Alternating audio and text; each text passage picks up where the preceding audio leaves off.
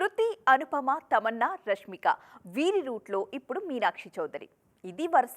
Same సీజన్లోనో same డేట్లోనో ఒక రోజు ఒక వారం ముందు వెనక ముందు మళ్ళీ మళ్ళీ ప్రేక్షకుల్ని పలకరిస్తుంటే ఆ థ్రిల్ యమాగా ఉంటుంది కదా. ఆ యమా ఫీలింగ్ ఎలా ఉంటుందో మాకు తెలుసు అంటున్నారు ఈ హీరోయిన్స్ అందరూ. అసలే పండుగ సీజన్. ఇద్దరు స్టార్ హీరోల సినిమాలతో ప్రేక్షకుల్ని పలకరిస్తే ఆ మజా కేక అంటున్నారు శృతి హాసన్.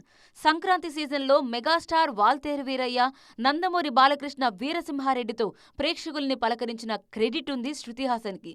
సినిమాల హిట్లు, ఫ్లాప్ల సంగతి పక్కన పెడితే ఈ ఫిబ్రవరిలో ఈగల్, సైరన్ సినిమాలతో ప్రేక్షకుల్ని పలకరించారు అనుపమ. ఆ నెక్స్ట్ మంత్ వచ్చిన టిల్లు స్క్వేర్ ఆమె కెరియర్లో బ్లాక్ బస్టర్ సినిమాగా క్రెడిట్ అయింది. మొన్నటికి మొన్న నార్త్లో తమన్నా కూడా డబల్ ధమాకా చూశారు.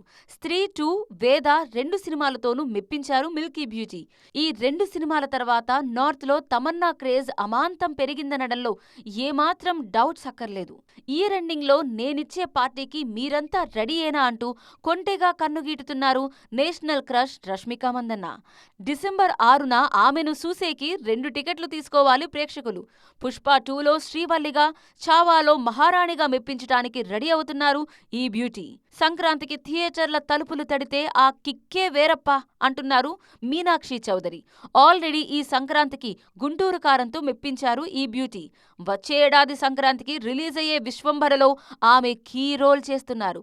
అలాగే వెంకీ, అనిల్ సినిమాలో మీనాక్షి చౌదరి హీరోయిన్గా నటిస్తున్నారు.